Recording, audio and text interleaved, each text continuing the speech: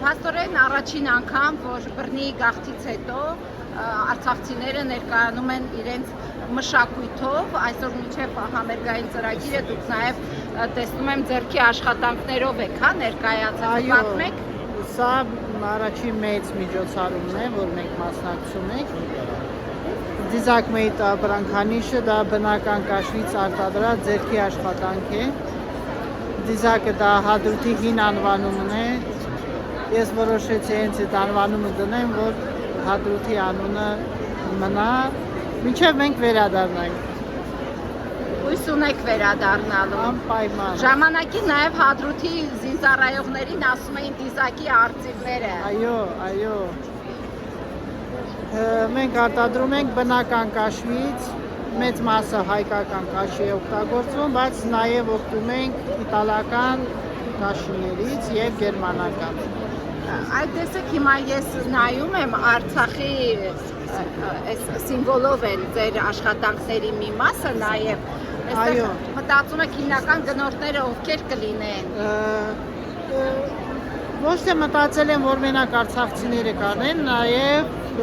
ասեմ մեր Հայաստանաբնակ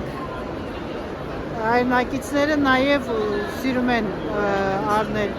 Արցախի, ասենք այդ տարբերանշաններով, նաև պատվիրում են, որ Արցախի անունը նշված լինի կամ ինչ-որ պատկերներ լինի, շատ են հանդիպել, այսօր ահագին ասենք եկել են հենց Հայաստանաբնակ մեր հայրենակիցները։ Իսկ հադրութի անունը մինչև որ թվականներն էր դիզակ կոչվում։ Դժվարանամ։ Մինչև 18-րդ դար։ 19-ի սկիզբ։ Ինձ հուշում է իմ կողքի արցախցին, որ մինչև 19-րդ դարի սկիզբ։ Իսկ մեր հաջորդ արցախցին փաստորեն ասացիք տեղակայվել եք Լոռվա մարզում, դե Լոռին հրաշալի բնություն ունի։ Լոռու մարզի Պրիվոլնոյի գյուղում։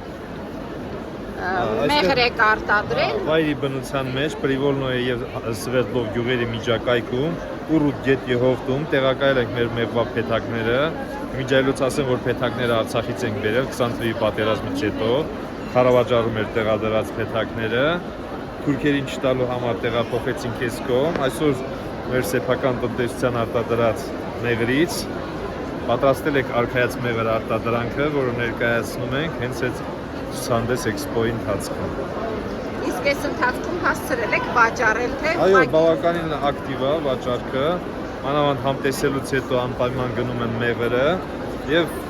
շատերը հիմնականում ովքեր գիտեն տարածքի մասին, մանավանդ այն փաստի մասին, որ մեղուները մեղրը ստանում են դեղաբույսերից։ Սա կարևոր առանձնահատկություն է եւ մյուս կարևոր առանձնահատկությունը նա է, որ գնելով արքայած մեղրը հաճախորդը ձեռք է բերում մեղրը անմիջապես արտադրողից։ Դա թույլ է տալիս շուկայականից բավականին մատչելի գներով մեղր առաջարկել։ Մեղրը անվանել արքայած մեղր, դա հին անվանումն է, որ եղել է Արցախում, թե այստեղ եք նման։ Շատ շնորհակալություն, երևի առաջին մարդ եք, որ այդ հարց տալիս ես։ Հայաստանի պատմությունը հին է այնքան, ինչքան մեղրի եւ մեղվի պատմությունը։ Դեռևս մեր էպոսի մեջ, երբ Սարունցի Դավիթը գտնում էր Իսմիտ խանումի մոտ,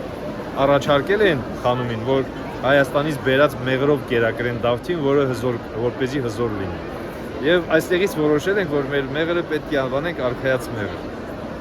Շնորհակալություն։ Իսկ միջոցառման մասով ինչ կասեք, օրինակ տեսեք, սա առաջին այսպես մեծ մշակութային միջոցառումն է արցախցիներին համախմբող այստեղ։ Ոգևորված ենք շատ, որ այսպիսի միջոցառում, այսպիսի գեղեցիկ միջոցառում հնարավոր է կազմակերպել եւ ուղղակի բառեր չեմ գտնում նկարագրեմ իմ ուրախության չափը, պարզապես միայն մնում է շնորհակալություն հայտնել կազմակերպիչներին։